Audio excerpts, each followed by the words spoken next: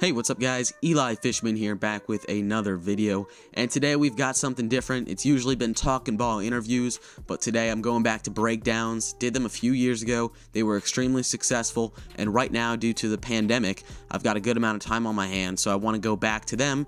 We're going to be ranking players, discussing some of the hot topics in baseball. I especially want to go back to this, seeing the success of so many content creators right now, like Giraffe Neckmark and John Boy, who are doing these type of things, so wanted to hop on the train.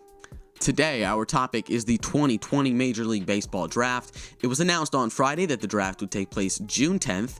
It would be 5 rounds opposed to the normal 40, and after that, teams could sign an unlimited amount of players for $20,000 each. This is going to be absolutely chaotic for the world of baseball, from the major leagues all the way down to high school for this reason. For guys who would have been drafted in rounds 6 through 40, who now won't be drafted and won't have to sign as free agents for only $20,000, they're going to have some big decisions to make. Usually, a team with a high school player or college junior looking to return to college have to bargain with him. They have to find a price, and usually it's way over $20,000. It's a bribe from the team to get that player signed.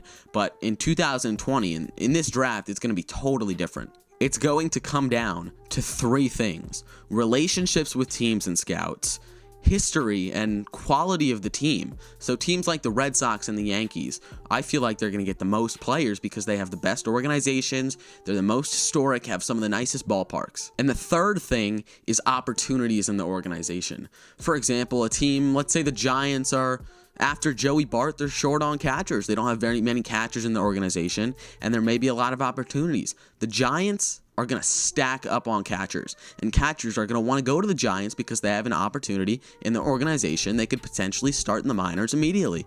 Relationships also, this draft is going to be the top thing. If a team drafts a player in the 2nd round who has a best friend that's now an undrafted free agent who is one of the top players, that team is now going to have a huge advantage in signing that kid. Guys are also going to want to go play for their favorite team, their hometown team, teams with the best fans. After that, there's also a lot of issues with guys who are going to not want to sign. Guys are going to want to completely avoid the 2020 Major League Baseball Draft just because of all the chaos going on in this world right now. I think a lot of guys are going to have more confidence in going back to college, and they're not going to be as confident about coming to professional baseball. They're going to want to go back to college, continue their education, play more baseball, have some more time with their friends, and not jump right into this world of baseball when it's such a chaotic time. In the MLB Draft, which is usually 40 rounds, teams have to make those 40 picks. You can't pass. So there's a good amount of players that usually wouldn't be drafted, but since it's 40 rounds, these teams just go for a player, make that selection. Here's a list of guys who are some examples who probably would not be drafted or wouldn't sign in 2020 due to this draft, and were really late round picks in past years. Nolan Ryan, round 12. Albert Pujols, round 13. Jim Thome, round 13. John Smoltz and Andy Pettitte, round 22. Keith Hernandez, round 42. And Mike Piazza, round 62. This is going to cause so much backlog in the system, specifically in college ball. There were so many guys who were promised spots freshman year, sophomore year, who were coming in and developing throughout the program for that spot. But now that players can come back or players can transfer for their 5th year, those teams are going to be flooded, and there's going to be freshmen who are sitting on the bench when they shouldn't be and are taking up money from the teams when they shouldn't be. The ripple effect is going to be absolutely insane. There's also this that I read from Jason Stark's Athletic article, which is pretty interesting. He says, there's also this staggering question: where's the money coming from to fund these baseball programs? Those March Madness dollars that schools across the country look forward to and count on? Gone. The NCAA's regularly scheduled yearly payout to America's colleges slashed from an expected $600 million to just $225 million.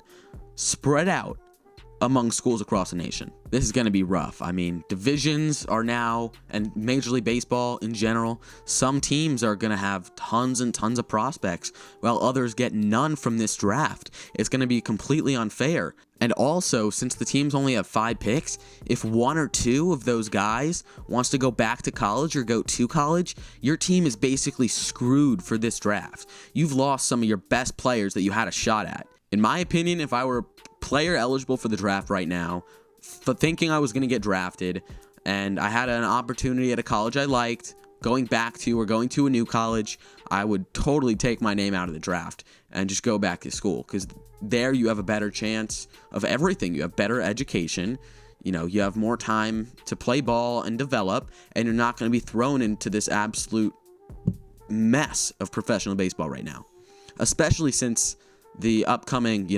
possible proposed deal to cut down on minor league teams. It's going to be chaotic. So all in all, this draft and this upcoming year, potentially more, depending on how long this virus lasts, how long we're in quarantine, all this, I mean, this is going to be absolutely crazy. I would say for baseball fans, brace yourself, because it's going to be pretty chaotic. And I mean, I wish the best to these players that are going to get drafted or signed this year, and hope they make the right decision, because some guys could potentially be throwing a couple years of their prime out the door.